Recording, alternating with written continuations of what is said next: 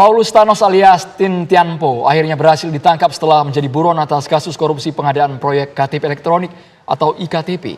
Setelah bertahun-tahun menghindari perburuan, Thanos kini telah ditahan sementara oleh pihak Singapura sebelum nantinya diekstradisi untuk diadili di Indonesia. Paulus Thanos menjadi kasus pertama setelah perjanjian ekstradisi ditandatangani antara Indonesia dan Singapura. Artinya negeri singa ini tak lagi jadi surga bagi buronan korupsi. Lalu apa saja syarat ekstradisi yang harus dipenuhi sesuai dengan peraturan hukum Singapura agar Thanos segera diadili? Bagaimana dengan penuntutan pidana terhadap Thanos setelah dilakukan ekstradisi? Kami ajak Anda berdialog, sudah ada narasumber kami yang hadir di studio, baik itu juga melalui Zoom.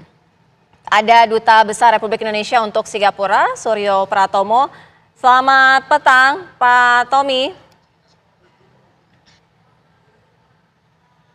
Selamat petang.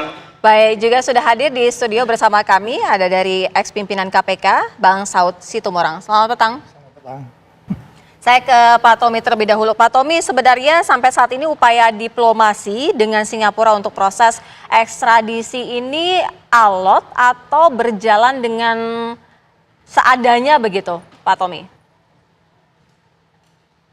Kalau saya boleh menyampaikan bahwa berjalan sangat baik karena memang sejak awal pemerintah Singapura sangat suportif, bahkan ketika ada permintaan dari Kejaksaan Agung untuk melakukan penahanan sementara, AGC langsung menyampaikan kepada pengadilan Singapura dan pengadilan Singapura pada tanggal 17 Januari yang lalu telah menetapkan mengeluarkan surat penahanan sementara dan berlaku sampai 45 hari. Setelah itu komunikasi antara AGC dengan Kejaksaan Agung dan KPK juga berjalan sangat baik. Bahkan pemerintah Singapura memberikan kisi-kisi seperti apa sebetulnya formulir atau surat permohonan untuk ekstradisi itu dilakukan seperti yang selama ini sudah diterapkan oleh Singapura. Jadi saya kira semua berjalan sesuai dengan jadwalnya dan kita sekarang menunggu sejauh mana pemerintah dalam hal ini Kementerian Hukum mengajukan secara resmi surat ekstradisi itu, dan saya yakin pemerintah Singapura akan menindaklanjuti apa yang dimintakan oleh pemerintah Singapura dalam hal ini melalui Kementerian Hukum. Pak Tommy, kami ingin lebih dalam mengetahui bagaimana sebenarnya proses penangkapan Thanos di Singapura pada 17 Januari 2025, Bapak. Betul, jadi tanggal 17 Januari berlaku 45 hari, jadi sekarang prosesnya baru berjalan sekarang kan tanggal 30 ya, jadi masih ada waktu sekitar 2 minggu bagi kita untuk menyampaikan surat permintaan ekstradisi, dan sejauh ini kalau kita bisa mendengar penjelasan dari Menteri Hukum, proses itu sedang dilakukan oleh Direktorat Jenderal Administrasi Hukum Umum. Dan sekali lagi kita menunggu saja prosesnya, tapi yang jelas pihak pemerintah Singapura telah menahan Paulus Thanos di Changi Prison untuk 45 hari. Kemarin memang kita ketahui pengacara Paulus Thanos mengajukan permohonan untuk bisa melakukan istilahnya itu di bail, artinya bisa dikeluarkan dengan jaminan uang, tetapi permohonan itu sudah ditolak. Juga permohonan bahwa Paulus Thanos itu memegang paspor diplomatik dari Guinea Bissau, dan telah disampaikan juga oleh pihak Kementerian Luar Negeri Singapura bahwa permohonan kekebalan diplomatik itu tidak berlaku karena selama ini Kementerian Luar Negeri Singapura juga tidak pernah menetapkan atau menyatakan Paulus Thanos itu sebagai diplomat yang memiliki kekebalan hukum dari pemerintah Guinea Bissau. Ya, baik.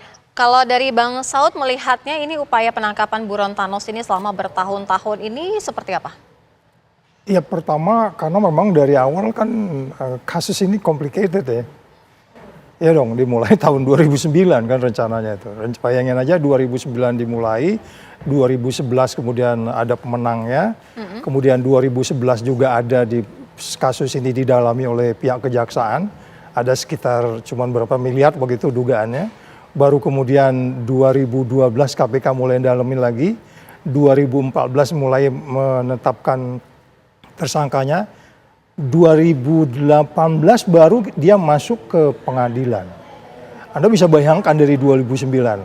Begitulah kalau ini dana cukup besar, dan kalau kita lihat dia mulai dari 2009 ke 2011, lama banget ya rencananya. Iya. Uang itu udah ada 2009, kenapa 2011 baru ditentukan pemenangannya? Kita bisa bayangkan waktu dulu belum ada sistem online ya. Jadi yang saya bilang, makanya saya bilang tadi complicated.